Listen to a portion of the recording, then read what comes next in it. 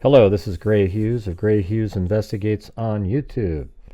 Please hit that like button, share, and subscribe.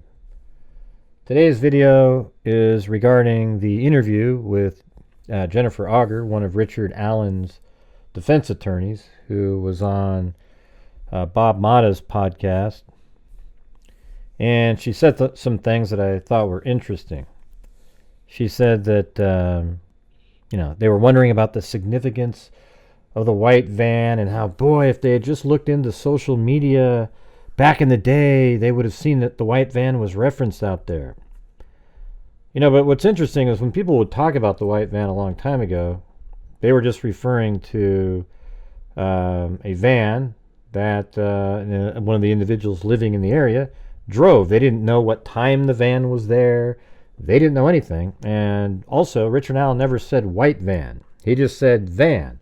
It just so happens the only van on that private drive beneath the bridge is, it's Kay Weber's driveway. And her son is the one who owns a van. And he testified at trial that he drove by there, and it was right around the exact same time that Richard Allen would have had the girls down below the bridge. Okay, but nobody knew the timing of that. In fact, I had heard a rumor about a year after he confessed to his psychologist that he confessed to seeing a van, a white van, I thought he said, but he never said that at trial. It was just a van. And then we looked around and tried to figure out what time, and we thought it was like 3:30 or something. But it turns out it was actually around 2:30 when the van was driving by. And that matches what Richard Allen's story was. But Richard Allen wouldn't have known what time that van was driving by. So the fact that it may have been mentioned on social media that there was a van, what makes people think that Richard Allen somehow found that obscure piece of information online and then added it to his story? I think that is ridiculous. They also talked about the IMEI number. And that is the identification number, one of the identification numbers of a cell phone that can show up if you're tracking, using the data dump where you get all the different cell phones that were in the area. And Richard Allen's cell phone didn't show up on it. Now, what does that mean? Well, it means that Richard Allen lied when he told Dan Doolin that he was looking at his stock tickers, because his phone necessarily would have had to ping off of a tower. And don't you think it's interesting also that cell phone has never been found? I think what would be interesting is to have somebody determine when the last time that IMEI number ever pinged off of a tower.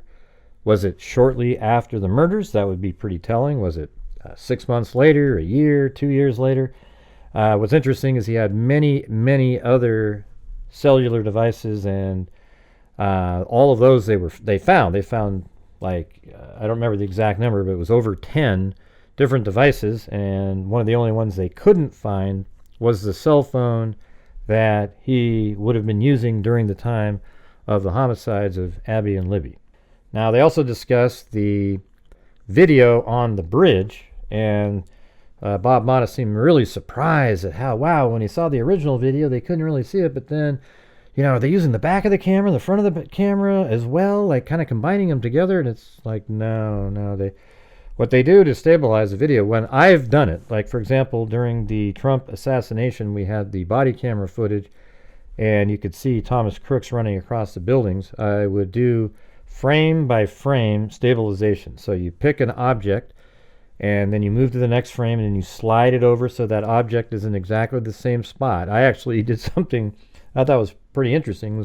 On my computer monitor, I used a non-stick marker and circled an area, and then each frame I would move that piece to that correct area, and then it was all done. The video looked very stable, and you could see exactly what was going on. And I think they either did something like that or they used some software to stabilize it. But to be honest with you, hand stabilization is much better, because you can keep going and make sure that each element, and then you can actually shift the element that you're using. For example, if the object you originally circled leaves the screen, you can then pick another one on the other side and continue with that.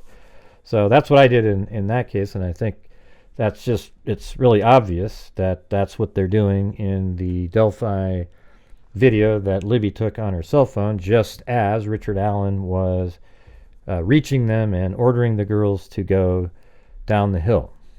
Now, there was one of the pieces of information that they were really thought was interesting was, wow, how come the picture of Abby that was taken on the bridge wasn't in Libby's cell phone cache?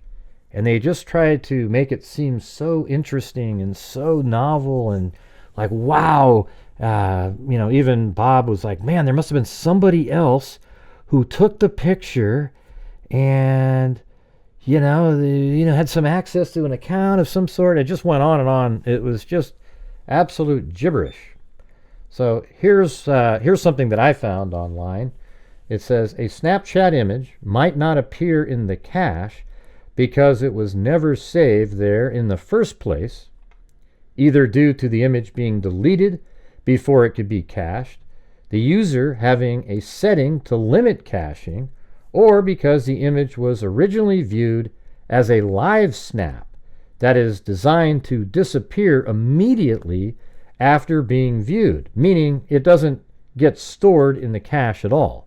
So aren't those just amazing explanations right there? The cache stores temporary data like images and videos to load them faster when you view them again, but this doesn't mean every snap you see will be saved in the cache. Okay, and then right here it says why Snapchat image might not appear in the cache.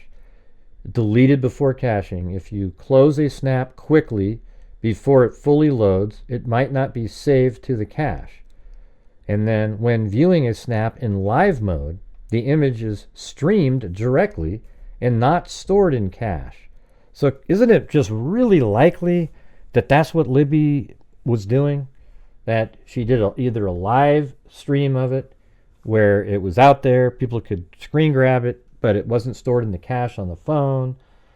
You also have cache size limitations, so if there's too much in the cache, it won't store that one. Some users might have settings that limit how much data is cached on their device. I mean, there's a lot of reasons, and those are way more likely than some other person coming in and actually taking the picture and uploading it on the internet, when we know that it was Abby and Libby there. Libby took the picture of the full length of the bridge, and just a minute or two later took the picture of Abby while Libby was standing on platform 3, took a picture of Abby facing back to the northwest. All right, real simple stuff there. All right, then they talked about one of the things that was really disappointing by Jennifer Auger is that she was feeding the hate-filled people out there regarding Kelsey. She brought up how her and Rayleigh Voorhees are friends with, they're friends, right? And they shared a look when Riley left the stand. She looked over at Kelsey and she nodded. I mean, I think that kind of stuff is just so ridiculous. And there was one other time when she mentioned Kelsey too. Oh yeah, she said that the Snapchat image of Abby on the bridge was captured by Kelsey, and that's how people have it. She's one of the people who captured it, but it was out there for people to see, and people captured the image. And one of the things you might want to ask is, like, they were also discussing how, none of the who saw Richard Allen, pointed him out at trial. Like, they didn't say, hey, that's the guy I saw. And the thing is, the reason they didn't is because the person they saw had a hoodie on and had a mask on, apparently, a little something covering his mouth, as he entered the trails near the Freedom Bridge. So they weren't able to point him out. And then Betsy Blair was 111 feet away and saw him. Now, the key is that every one of them saw the same person in Libby's video, and they proved that the person in Libby's video is Richard Allen. Okay, and so once you realize that the person in Libby's video is Richard Allen, then you don't need to have them point out Richard Allen in court, because they all said that the person they saw is the person in Libby's video, and the prosecution proved that the person in Libby's video is Richard Allen. You might want to ask yourself, why didn't anybody just see Richard Allen? You know, he admits to being there, and he admits to seeing the same 3 girls that saw him. But why weren't they able to say, wow, that's him? And that's because he intentionally put a hoodie on and did various things to disguise who he was while he was out there.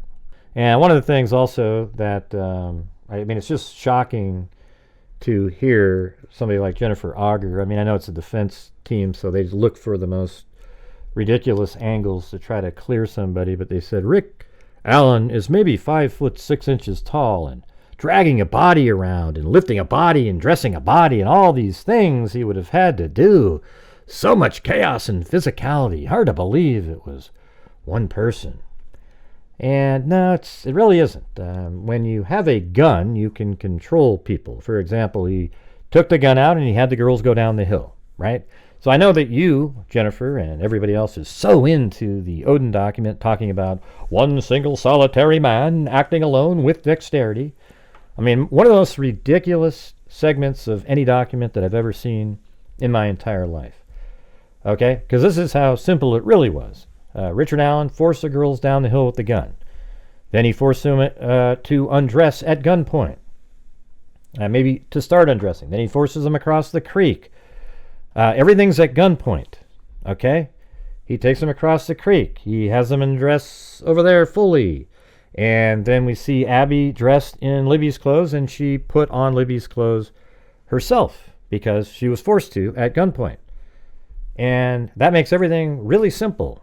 And the only effort he put in was after he killed Libby, he dragged her a little distance. Okay? So that is it, you guys. It's not complicated. It's very simple. And one person can easily do it. We've seen that in many, many other cases. Hell, Brian Koberger killed 4 people in less than 9 minutes. All right, now you talk about the sticks and saying that it only covered 3% of the bodies, and therefore it was really just ruins, etc. I mean, listen, I'll tell you what, I'll buy that it's ruins if you admit that Richard Allen is an Odinist. Okay? Because he is the guy that was there putting him on the girls. You know, he admits to doing that. All right, so if you want to say that Richard Allen is an Odinist, I can go, okay, maybe that is what he's doing. But I think it's also very likely that he had started putting branches on each girl and didn't finish because there were other people on that bridge, and they were talking. He could probably hear them, and he was like, I got to get the hell out of here, and he left. So before anybody could see him. He wouldn't know if they were right down below on the other side of the creek. He wouldn't know anything. So he probably heard those voices of Cheyenne, etc. on the bridge, and he took off. Now, one of the other things that they were talking about was just how incredible it was. Somebody put a jack in that phone and then took the jack out. But when you consider the fact that the phone never moved, you'd have to believe that they were sort of like a ninja that reached under the body somehow, found the jack in the middle of the darkness, and plugged it in, and then took it out. Or is it more likely, as I found out online, yes, water can make a cell phone jack seem activated because even a small amount of moisture in the jack can create a connection between the phone's internal circuitry, potentially triggering a response as if a headphone plug were inserted, causing audio issues or preventing proper sound output. And then it says key points to remember. Water acts as a conductor, allowing electricity to flow through it, which can inadvertently activate the phone's headphone jack circuitry when present in the port. Many modern phones have built-in liquid detection mechanisms within their ports, which may display a warning message if moisture is detected in the headphone jack. You see that? Now we go to, there was another question that I asked. Yes, a cell phone data can show that it's plugged into a jack due to water damage, even if no physical jack is inserted.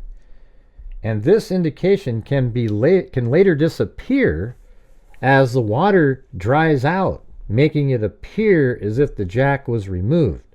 This is because the phone's internal sensors detect moisture in the charging port, interpreting it as a connection, which can then be registered as unplugged once the moisture evaporates. And then moisture detection. Now, most modern phones have internal sensors near the charging port that can detect moisture or liquid contact. When water enters the port, these sensors can register a signal similar to a plugged-in cable, even if nothing is physically inserted. As the water dries out, the sensor reading will return to normal, making it appear as if the plugged-in status has been removed. So isn't that the most incredibly obvious and easy to understand reason? You know, she had gone in the water. Now, Bob Mata says, well, it was under her body. How could it get wet?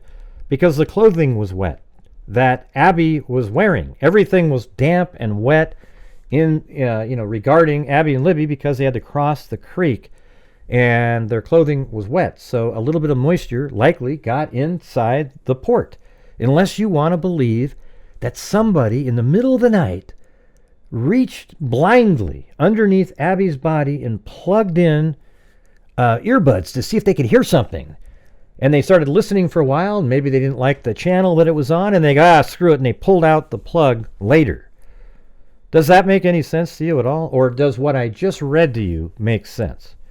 All right, so everybody out there, just use common sense and reason. Look things up on your own. You'll find that most of the things that the defense team and other people out there discuss are really simply explained, and there's a much more logical explanation than what they want to come up with. It's not reasonable to believe that somebody in the middle of the night plugged a phone into the cell phone jack without moving the phone and finding it somehow in the dark. One of the things Jennifer Auger said regarding the water in the port was, he never went back. They said he never went back. Well, so you're saying he was there then. Okay, because you're saying he never went back, but you're saying he was there and left, but he never went back. Yeah, it's pretty interesting, Jennifer. So tell us more about when he was there, what he was doing. Also, for all of you people out there that keep talking about Kelsey and the family, my God, you guys, grow up. They have absolutely nothing to do with anything regarding what happened to Abby and Libby. Okay, they are victims as well and have suffered for 7, almost 8 years now, and just leave them alone. Okay, so anyways, thanks everybody for watching the video. If you could hit that like button, leave a comment in the comment section, I would appreciate it. And as I always say, until next time, be safe out there.